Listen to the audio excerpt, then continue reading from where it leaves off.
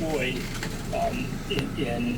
in the current context, in the current scenario, reinforcing embassies, reinforcing security at our bases in the area. It's got air defense assets that could perhaps reinforce some of the current air defense efforts that are going on in the region. Maritime security operations to go after the small boat threats that Iran presents up there in the Strait of Hormuz. Again, it's got a wide range of capabilities that can be employed, and I think most people are concerned, and rightly so, about the risks associated with employing them at sort of the higher end. But we have to keep in mind that they can do a whole lot of other things as well.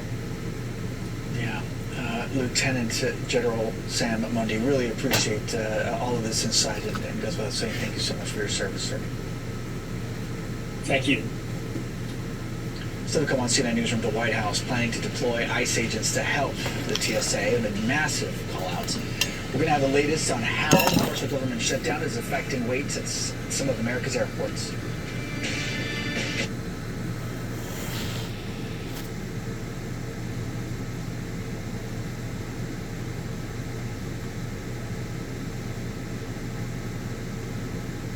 On the number and type of machines allowed, Iran began producing uranium metal, which could be used as core for nuclear weapons. Iran breached limits on its heavy water stockpile used in reactors. The IAEA, part of the UN, International Atomic Energy Agency, found uranium particles at several undeclared sites in Iran, prompting findings of non-compliance with the agreement and the safeguards in the agreement. Surprise, surprise. Iran has restricted the inspectors from the IAEA access, suspended surveillance cameras, refused to fully explain the presence of undeclared nuclear material. In 2020, Iran announced it would no longer limit its uranium enrichment, effectively abandoned sanctions of the deal. And as of 2025-2026, the beginning, Iran continued to refuse to cap its enrichment activities, leading to the triggering of snapback sanctions by the European parties. So it's obvious where all this was going, isn't it? The IAEA expressed growing concern, stating it has lacked access to Iran's nuclear inventories for over 8 months, making it impossible to verify the location and status of highly enriched uranium. Wow. Early this year, satellite imagery and intelligence reports identified several previously undisclosed or secret Iranian nuclear sites, and the findings follow significant U.S. and Israeli airstrikes in June that targeted major known facilities like Natanz and Fordow. You're the president, and this is all coming in, and you're looking at this. And according to Joe Kent, it's not a big deal. It's okay. According to Mark Warner, nothing's imminent. It's all cool. What's the problem? According to Bernie Sanders, well, according to Bernie Sanders, we're the enemy, and the enemy is always the good guy. But what about these newly identified secret sites? Well, we now know some of them. The Rainbow Site, located in Semnan Province. This facility covers nearly 2,500 acres. It is reportedly operated for over a decade under the guise of a chemical production company. Its primary suspected function is tritinium extraction, a process used to enhance the power of nuclear weapons. What about the Minzadala site, a secret underground site on the outskirts of Tehran, reportedly used for nuclear weapons research and development? Israeli forces claim to have destroyed this facility in early March 2026 in the current war. But these were all secret. The Pickaxe Mountain, a deeply buried tunnel complex approximately 1 mile south of the main Natanz enrichment plant. While its existence was known to some, it remained inaccessible to international inspectors. Recent reports indicate Iran is accelerating construction and fortification, not anymore, and potentially to house a new centrifuge assembly plant or for secure uranium storage. You get the hint here? They were never going to stop. Even a pinpoint strike, never going to stop. Even when you wipe out their Air Force, not going to stop. Wipe out their Navy. Their ground-to-air missiles given to them by the Russians, not going to stop. Not going to stop. About 4 weeks ago, on my national radio show, heard by millions, by the way, and I say that not to brag, I say that because I assume that would include Democrats and members of the House and Senate, It's heard all over the world. Well, for the likes of Warner and others, U.S. Special Envoy Steve Witkoff came on my program. He detailed his recent negotiations with the Iranian regime. And what did he reveal? He revealed the Iranian negotiators told him and Kushner directly they controlled 460 kilograms of 60% enriched uranium. He said they had no shame in admitting they had bypassed oversight protocols. Witkoff claimed the Iranians asserted that uranium enrichment was an inalienable right. They had no intention of giving it up. It's off the table. What else did they say? They said they have enough material to make 11 nuclear weapons in 10 days. The Iranians said they will not give it up, not to a third party, not for civilian use. They're going to keep it. They wouldn't agree to turn it over to a third party. Witkoff told me it was clear Khomeini was calling the shots. The negotiators had no power. They wouldn't even give us a written agreement, he said, to take back to the president. That was after the third meeting. It was clear they were delaying to build the missiles. According to Joe Kent, who was elected by nobody in his sort of dramatic resignation, embraced by the Democrats, the media, and the neo-fascists, they were nowhere near. Well, you know what? It sounded like an imminent threat to me. But imminent or not, it's time to put this to an end. Don't you think, America? I can't wait for Democrat politicians and individuals who have a different agenda working in the administration to tell us when the time is right. The president has access to everything. The president is the commander-in-chief. The president has decided, and he decided rightly. It's time to get behind him and stop listening to these miscreants and malcontents. We'll be right back. I agree. It's time to get in behind him because these people are ruthless. And whatever we do, we really don't need to go at them hand-to-hand guerrilla warfare style because those are some very, very tough hombres over there. Very tough. So we're just hours away from what we expect to be ICE agents being stationed at some airports throughout the country. How could these ICE agents potentially alleviate the strain on TSA if their focus is expected to be on security and crowd control in the screening areas? Yes, okay, I want to answer that question with a caveat. We just simply don't have a lot of details. It appears, and Holman sort of admitted it when he was on with Dana Bash, that the president announces a new policy. The Secretary of Transportation says one thing, that they're going to be doing surveillance, identification, and then Tom Holman, the immigration czar, says no, they're just going to be doing essentially what you would call crowd control, which is just basically, trying to move people, and by doing that, the people from TSA who were in crowd management can then be moved to. Sounds to me like they're bringing them in there towards being coolers. Same thing as you go into a nightclub and see a bunch of bouncers. That way, if somebody gets into a knockdown, drag out, they can come in there and clean house. Idea is that you'll just simply have an offset. I don't know that for a fact now. I don't know what you're going to do. I don't know what their assignment's going to be. I probably shouldn't have said that. That scenario is. So, Representative Smith, during his second term, we've seen the president already undertaking military operations in Venezuela. We see the longer war on Iran. Does this give him confidence that more military intervention in Cuba would be successful? And would you support military intervention there by the president? No, absolutely not. I think your first 15 minutes of your report here is an extraordinary walkthrough what President Trump has brought us to. I mean, look, it's chaos, violence, death, suffering, destruction all over the place. And his only answer to it is escalate, escalate, escalate. So no, I don't think we should be going out there and starting wars in every conceivable corner of the world just because there's a country doing things that we don't like. And I think that the precedent that he has set and the approach that he's taking is going to create more violence and destruction and chaos for all of us. We're seeing it in the Middle East as he continues to escalate that war with Iran, which we never should have started in the first place. Now he's threatening Cuba. I mean, we all thought when he ran that the point was we're going to focus on America. Never should have started it to begin with, is what he just said. Only problem I got is with their timing towards them doing Midnight Hammer and not doing a follow-up, a sweep up. I guess they were trying to give them some extra time, I guess, but after you just got through hearing the report just now, I mean, there's no doubt that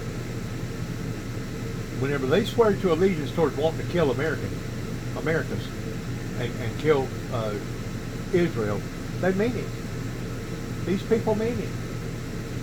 Move to the nation's airports and the fight for funding. Republicans are blaming Democrats for rejecting funding for the whole of DHS. Democrats are chastising Republicans for not funding a standalone bill for the TSA amid the longer security lines we keep seeing. So as a newly minted independent, where do you fall on the blame game here?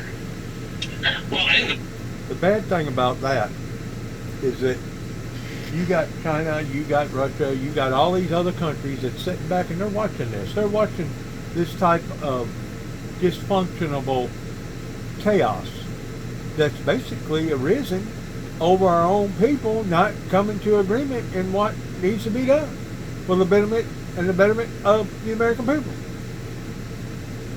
In the meantime, they're studying this. They're looking at this. Ballots. What would that mean for the midterms? If the Save America Act were to pass, and I do not Don't care nothing about listening to that. Let's go back to this guy here and see if he's doing Working on this issue for 22 years. I have followed it very closely. I've been sanctioned by Iran, threatened by Iran. I have 24/7 security as a result of the Iranian threat. I'm an American, one of many Americans that's threatened by this regime.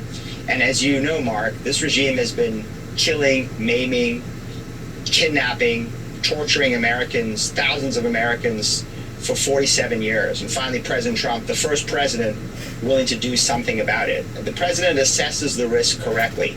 He sees the terrorist risk, he sees the nuclear risk, and he sees the missile risk. I mean, let's talk about the missile risk to begin with. I mean, President Trump understands that the Iranians have an active program to build intercontinental ballistic missiles. Right? The CIA director said in a question and answer with Senator Tom Cotton, how long would it take them to actually build that ICBM? And he said 6 months. 6 months means that the Iranians now have the capability to not just threaten U.S. bases, U.S. allies in the Middle East, but to threaten the American homeland. And the intercontinental ballistic missile is a missile that is only used with one warhead, and that's a nuclear warhead. So imagine this radical annihilationist regime, anti-American, that's killed and maimed thousands of Americans, with nuclear-tipped ICBMs threatening the homeland. President Trump said, unacceptable.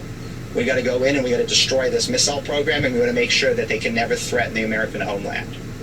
The nuclear warhead, the nuclear program, I think you did a great job of explaining the history of this. But it's very important to understand that the Iranians have been committed to developing nuclear weapons for decades. They've hidden their sites, they've hidden their centrifuges.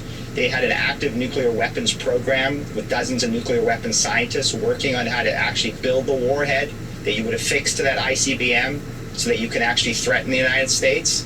And the fact of the matter is, we've rolled back that program, but there's been a bipartisan recognition that Iran is dedicated to developing nuclear weapons. That's why President Obama did the nuclear deal in 2015, a fatally flawed agreement, but there was no debate that Iran was building a nuclear weapons capability with a... You can't play Tootsie Fruitsy with people that want to kill you. President Trump sees this intelligence. He understands the risk. He's not going to wait until the nuclear-tipped ICBM is complete to do something about it. That would be imminence. He's going to actually do something to prevent Iran from developing nuclear-tipped ICBMs that threaten the American homeland. He's going to act before that. That's something Joe Kent doesn't understand, because Joe Kent doesn't have that responsibility. There's more He's than not the just Joe commander-in-chief. Kent out there. He's clearly not even seeing the intelligence blind. that President Trump is seeing. Yes, but of course the media clings on to this. The Democrats cling on to this. The woke right, fascists cling on to this.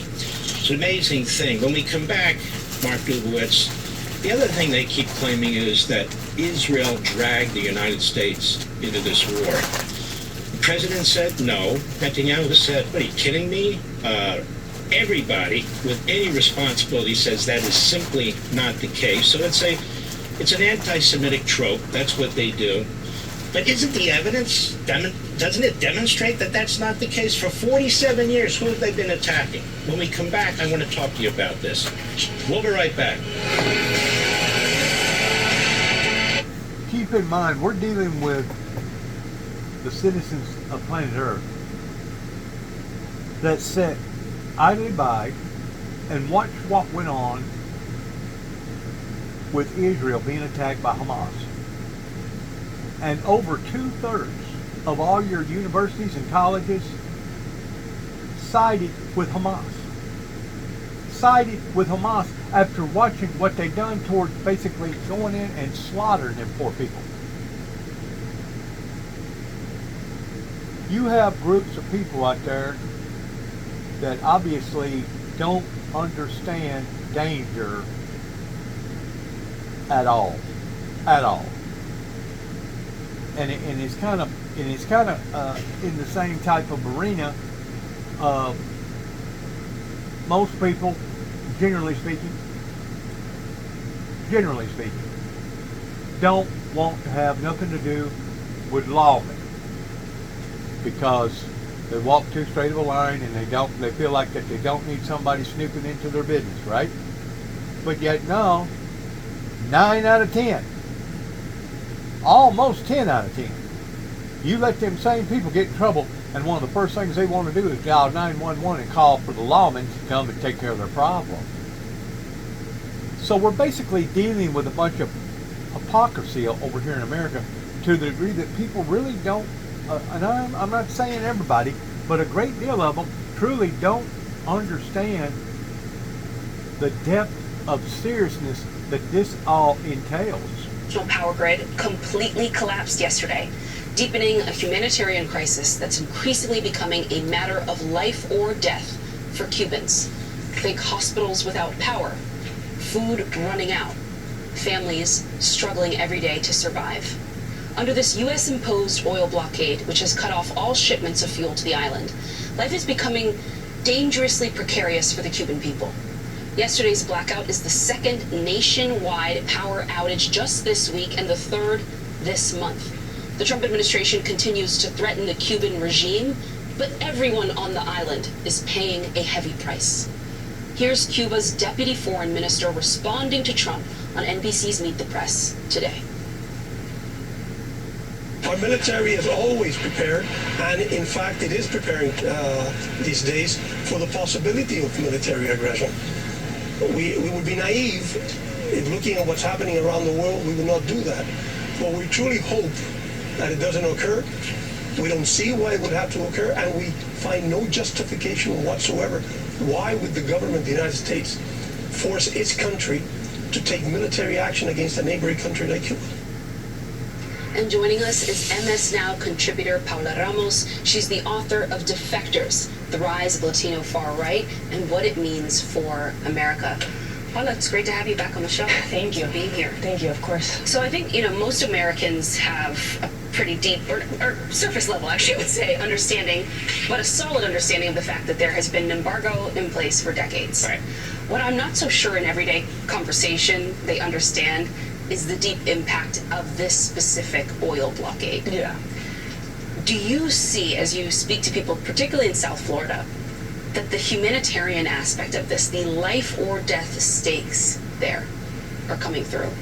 Sort of. I think it's another one of those stories where people can see multiple truths at once. I think it's absolutely correct, and many share the opinion that what is happening because of the United States is deepening a crisis that many see has been in the making for many years, right? So there's obviously a humanitarian crisis, there's a food shortage, a water shortage, medical shortage. I mean, people see the desperation. Just this week I've been at So they're already having rations. island, a couple that stand out. One of them, which is this growing pattern, which are people on the western side of the island that are literally making, and you know this, they're making makeshift boats, wooden boats, and they're taking them from Pinar del Rios on the west, and they're going out to Cancun because they can't go to Florida. It takes about 7 to 8 hours navigating that. And hundreds of people are doing this every single day. At the same time, I'm talking to activists like Miguel Valladares, whose partner is still imprisoned because she peacefully protested in July of 2021.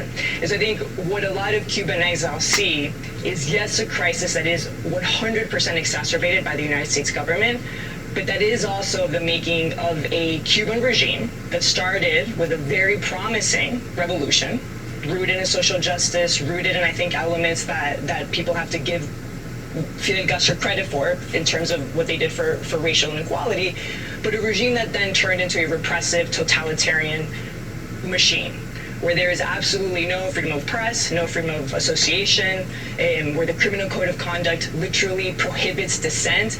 And so I'd say this whole speech, because it is a very, once again, complicated story where no one will tell you the same thing in any conversation that you have. So is the theory of the case for the Trump administration that if they inflict so much pain on the population, that the population will rise up? The Iranian model. So, what's they're trying to do, like, basically what's what they wanted to do in Iran is hope that, like, make the situation so bad, decapitate the regime, people rise up. No, I actually don't think so. I think every single 13 presidents have essentially believed that would happen. Mm-hmm. That hasn't ever happened organically because dissent is literally, I mean, it is so. Don't have weapons. And Cubans don't have weapons. So I actually think that what a lot of Cuban exiles are finally coming to terms with, many of whom perhaps believe that, and many of whom do want regime change. But I think they're suddenly understanding that Trump's imperialist bent is not driven by regime change, is not driven by democracy, is not driven by morals. It's actually purely driven by transaction. What's the transaction they get? I mean, in Iran it's oil, Venezuela it's oil. To build it. But there's actually a fascinating piece in The Atlantic out that says Trump's plan for Cuba. And there's a really good quote that I think gets right back at it, which describes, there's two parts. One in which the Trump administration is, according to reports of The Atlantic, in discussions with wealthy Republican donors with Cuban ancestry who could be considered for a future transition or leadership roles in Havana. So just so you get a sense. The other is sort of digging into Trump's sort of beliefs and motivations around the whole project. And they describe one person who recently, or had in the past met with Trump, telling them that the president had been most excited about the prospect of Trump-branded hotels or condominiums. He's interested in Cuba as a market for him and completely agnostic about the politics. But remember 2014. Remember when Jay-Z and Beyonce were in Havana, because essentially President Barack Obama was, in a way, doing something similar, right? Which is, hey, we can talk to the regime. We can normalize relations. We can open it up. And you had Google in there, you had Airbnb suddenly doing this. I think there's another factor that I think is important, which is that these old political grievances, right, that always mark these relationships, which are based on these, Cold War ideological battles. It's the capitalist system against communism, the imperialists against anti-imperialists, los gusanos against the revolutionaries. Like, the people that fought those wars are dying. Right? Like, the people that were with the revolution, the people that fled Cuba in the 60s and the 70s, the people that resent the United States government for the Bay of Pigs, that generation of Cubans, they're dying. They're 80 years old, they're 90 years old. And I say this because that is suddenly opening up a more pragmatic approach, where people are saying, you know what? This new generation of Cubans is way less political than the revolutionary generation, and they want some type of change. It doesn't matter what it is, but something. The new generation of Cuban Americans, the 30, 20-year-olds, they're okay with a pragmatic approach that isn't the kind of hardline regime change. And so I think that's kind of what we're seeing, that Cuba now potentially can turn into not a democracy, not a sort of regime change, but maybe something like China or Vietnam. And some people are okay with that. Fascinating, absolutely incredible.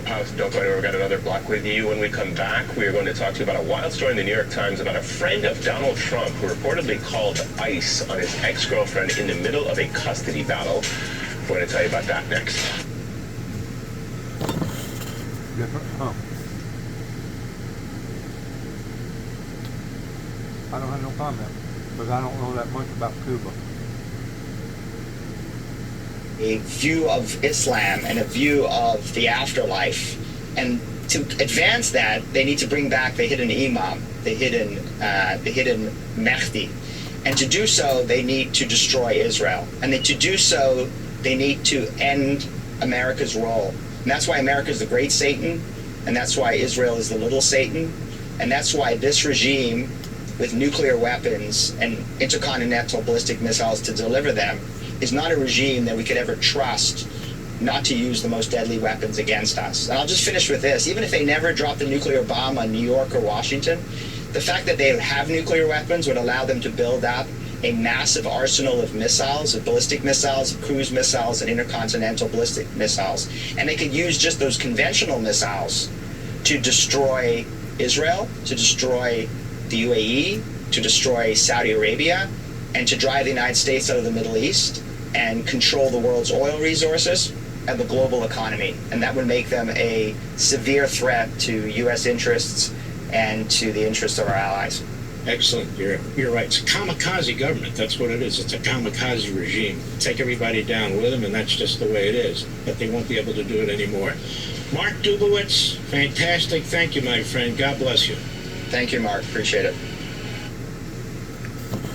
You know, waking up to this on my 65th birthday is not something that I sat down and dreamed about whenever all that crap come about in 1979, 47 years ago, while I was all broke up with 2 broken legs and 2 crushed ankles and a messed up back and 2 broken arms. I did pay close enough attention to it during the transition between. Bridges over the strategic waterway have already been destroyed. Israel says that it aims to sever Hezbollah's weapon and supply lines near Israel's northern border. But Lebanon's president is now accusing Israel of preparing for a ground invasion and also pursuing Israeli expansion into Lebanese territory. So far, the fighting has up. I did pay close enough attention to it pertaining to Carter being exchanged for Reagan and them basically doing a deal as the powers changed over regarding how that America basically gave in to a group of terrorists over there at that time, 47 years ago, that according to our stipulations were never supposed to be blackmailed by terrorist groups. I knew then, yep, we're going to have trouble out of these people, guarantee you. To worse in Cuba after yet another blackout. We'll speak with the executive director of one organization that's assisting with humanitarian aid.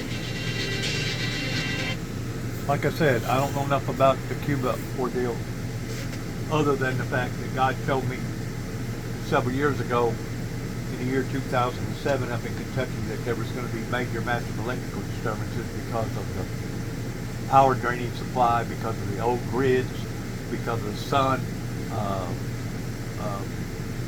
regarding solar flares and the extreme weather going from one extreme to another towards putting too much overload on most grid systems, similar to what went on in Texas a few years ago. So there you go there. I mean, I already put the warnings out. The guy told me to warn them, tell them ahead of time what's going to happen. I did, and it wasn't. Nobody paid attention to it. In the country illegally, according to records obtained by the New York Times and a person familiar with the matter. Could she be put in ICE detention? That could help him get his son back. Well, the woman, Amanda Ungaro, was placed in ICE custody and ultimately deported. Zampali denied asking ICE to detain his ex, seeking any other favors. He said that he merely asked what was going on with her case.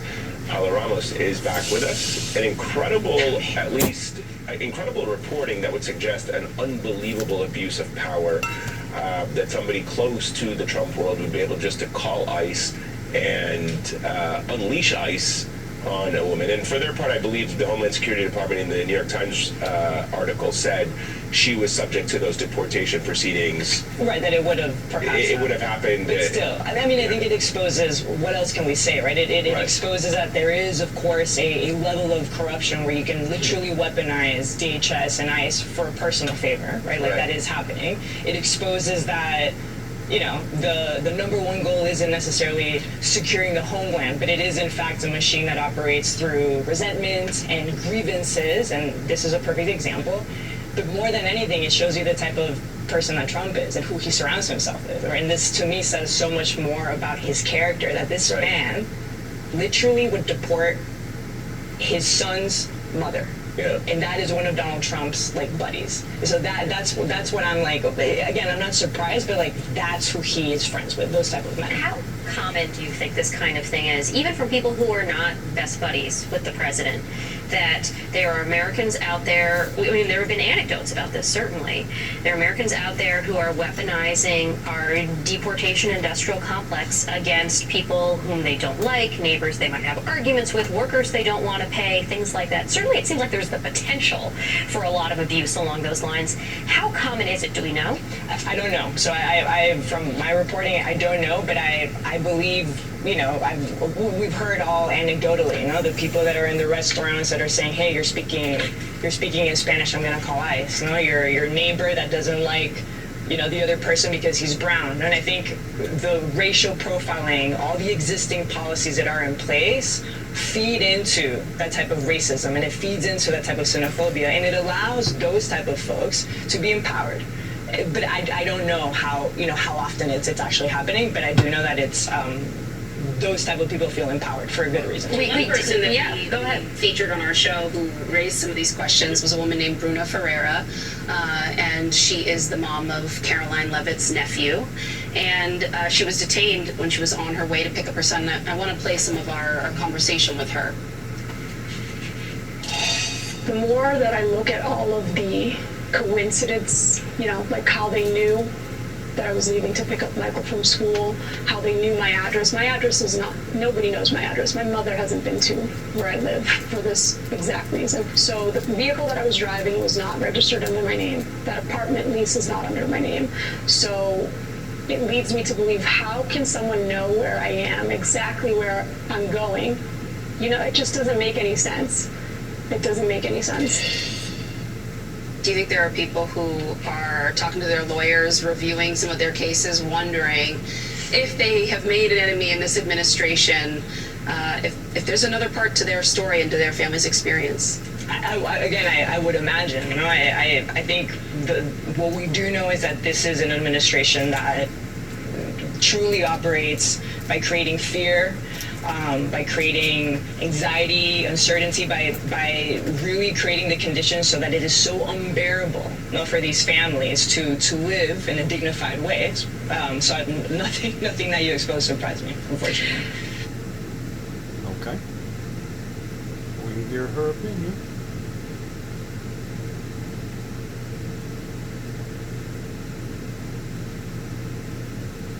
It's a different situation when you're talking about such a vulnerable victim and you're talking about a potential kidnapping situation, and time is of the essence. And this raises a whole different host of issues. But what I will also, you wonder if that's connected to this masked individual. As you know, there were reports that this is a person who had visited that property or allegedly visited that property, not just on the night in question, but before. But because we don't have more information and because we haven't seen a ton of movement, it is bad. The year for I just pray that that family can find some sort of closure. higher oil and gas show up in earnings, it will show up in economic growth, and it will show up in the inflation numbers. I think that's being baked in the cake, if you will, right now. People are expecting that. We'll see how much it impacts, but hopefully it will be over the near term, Mark. Very well put. Now, the war's over, let's say. The enemy's defeated. The straits are open. In addition to oil flowing, imagine the economic activity and growth that will occur in the Middle East. Imagine the Middle East, where even countries, not just that opposed Israel, but opposed each other, some of these Arab countries, they start to work together, they start to have more commerce together, they start to have more commerce with us, and so forth and so on. Isn't that another way of looking at this? And if the enemy did get that nuclear weapon, that strait could be shut forever, and there couldn't be a damn thing we could do about it. So when we come back, I'd like an answer to that series of questions. We'll be right back.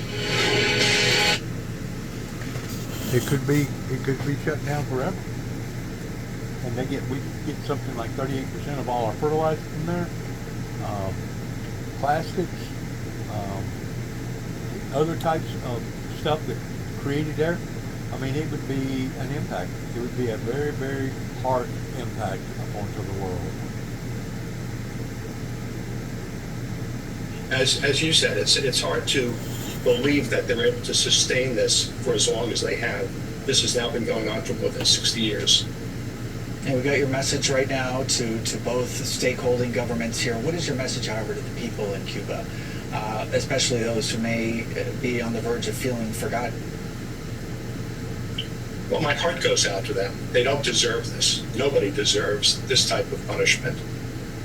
So my message to them is to stay strong, and hopefully that the governments will resolve this in some respectful way. My sense is that these kind of shipments won't stop anytime soon. Are these actually shipped? Just to get a better understanding of the logistics involved, I mean, this is probably not easy at all. This is all gathered, shipped to a coastal area, and then quite literally just shipped off to Cuba? Well, when you say a coastal area, we're shipped. These places that you're talking about should have practiced sublimation a little bit more so regarding multiplying the way that they have in the past 40, 50 years. I'm just throwing that out there because it ain't a matter of having too many keys, it's a matter of having too many corrupt keys, and the system is corrupting in of itself. I mean, it's sad. There's still cargo service. So we use multiple ways of getting medicines in. All of our shipments go to the Cuban Ministry of Health. And what I can tell you, Paulo, is that we don't find any diversion, any corruption in that system. Because I know that's being floated around on social media. We see none of that. And I can tell you, we've been in Latin America for over 40 years. We know what that looks like.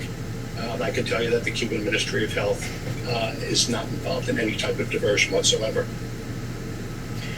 Bob Schwartz, thank you, and the rest of the members of your organization for everything you're doing. And do check back with us as you continue with these efforts. Thank you. Thanks for having me. It's our pleasure. We'll be back with much, much more. It ain't one thing, it's another. It ain't one thing, it's another.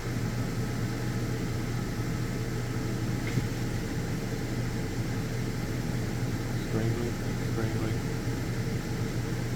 harsh when seeing the prophecies coming out of the King James Bible that in the last days great sorrows will fall upon the society. Great sorrows. Great as in humongous.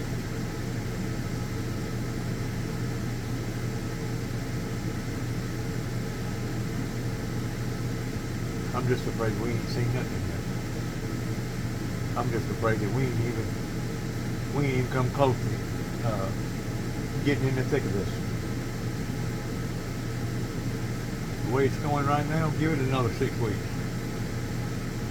Give it another 6 weeks and you'll see how bad things can get. Right here in the USA. Give it 6 weeks, see what happens. To allow me to leave the country, and I left. And I landed in America. I got a visa. I came to America as a refugee, and then I became, because my uncles lived here, I had I had uncles that came in, I think, 1957 to America, and they were doctors and everything, so it was much better for me to come to America, and I walked in America, and the new beginning started for me, new opportunities. Did you go to college here? Yes, I went to George Mason University. I got my bachelor. Yeah. Patriot. Yes, Patriots. Patriot, yes. The Pats, as they call them, I guess. Yes. Yeah. It was, I had the opportunity to, I worked hard. I worked 2 jobs, and I went to school. But I had the opportunity to. And a lot of the people that come over to America to start a new life, they're very, very decent, good people. A lot of them are. Words. That will spark economic activity, it will spark peace, and it will certainly be a positive for the stock market, inflation, and growth. We've got to get there, and of course the president has said there will be disruptions on the way, but once we get to the other side of this, you would expect to see a huge positive implication for the world. not just the United States. I agree. Now let's really focus in on oil again. So this enemy's defeated, and there's some level of change in the government, pray to God. We would have a lot to say about that oil, wouldn't we? Just like we have a lot to say about the oil in Venezuela, no? Yeah, we will have a lot of say about that oil for sure, but let's not forget the fact that the United States is an independent oil and gas exporter. And that's also really important to remember, because that's part of this president's agenda, to tap into the capacity of America. And when you're talking about all that oil coming onto the market and all that gas coming into the market, simple supply and demand. Oil prices and gas prices will go down, and economic activity will go up. So yes, the United States will, I don't know the strategy specifics in terms of what this president is thinking, but look at what he's done in Venezuela. And the fact that now the U.S. is in charge of that oil and allocating it the way it should, it also has enormous leverage that the U.S. gets, because don't forget, China was buying 90% of Iran's oil exports. At this point, the leverage that this president has given the United States in terms of what he's done in Venezuela, what he's doing in Iran, that tells the Chinese Communist Party, don't think you are going to bully the world, including the United States, in terms of holding us hostage with these rare earths that you know the U.S. needs refined rare earth minerals, and they were holding them back. And they were holding back prescription drugs during COVID. So if the Chinese Communist Party wants to play games, well, the U.S. immediately becomes that much more powerful, sending a message to China, if you're wondering who in fact has the leverage, think about where your next barrel of oil is coming. And that's what this president has done with these actions in Venezuela and Iran right now. That's very powerful. You're so right. And he made this possible in this respect by opening up our oil wells, by opening up the land offshore, Alaska, parts of Pennsylvania, getting these leases passed, all the rest of it. He made all this possible because he made America energy independent. He made it energy independent his first term. Then Biden comes in and shuts everything down. Then he comes back and opens us up again. That's right. Just your final words on that. Didn't he make this possible? He made it all possible because energy was a key part of the agenda, and the other part of the agenda, which people don't realize in terms of corporate America needed to figure this out, the key in his agenda is national security. You also cannot underestimate what he's done with deregulation. Undoing all of that stranglehold that the Biden administration put in with rules here, rules there about ESG, pushing all of these rules on climate change down every company's throats. He's unwinding that. So when you couple the agenda on energy, you couple that with the deregulation agenda and the tax benefits that we're feeling and will continue to feel with the big, beautiful bill. It is around tax day right now. And then you think about all of that being laced with national security.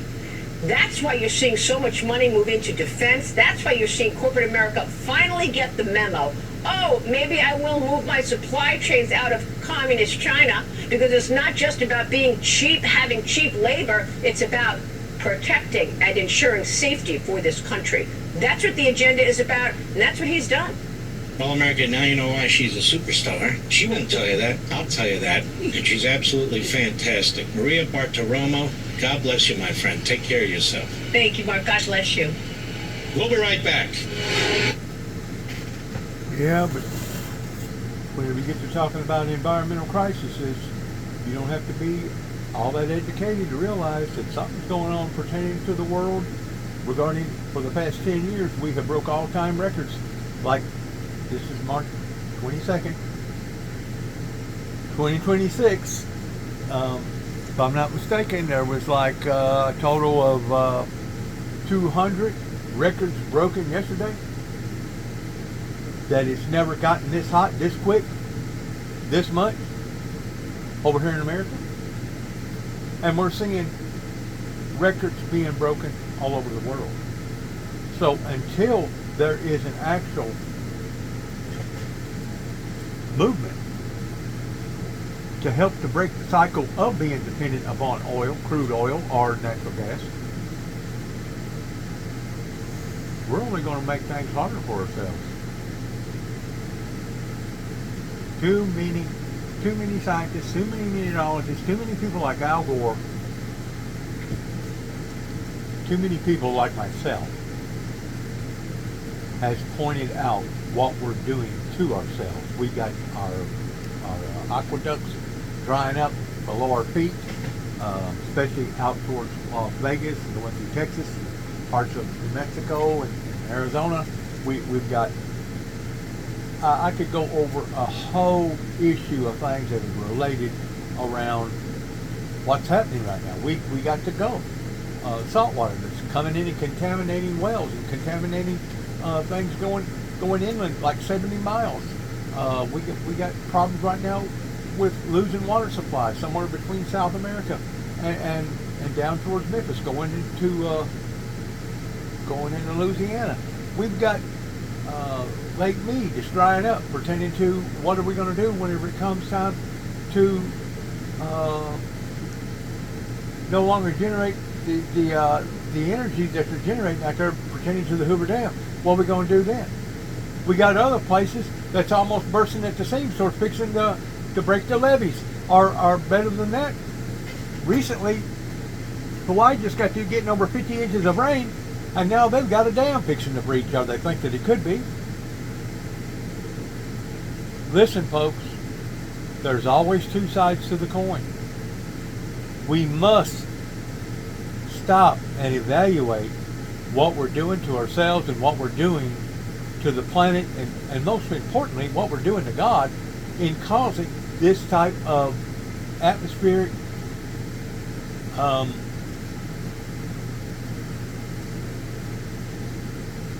imbalances and happening with Mother Nature. We're going to have to stop and figure this out. If not, we're creating our own doom. Good luck to all of us. God bless America. God bless our troops. God bless which way we go from this moment on pertaining to our endeavors. And please, may heaven, Holy Eternal Father, help us all. In Jesus' name. Shalom.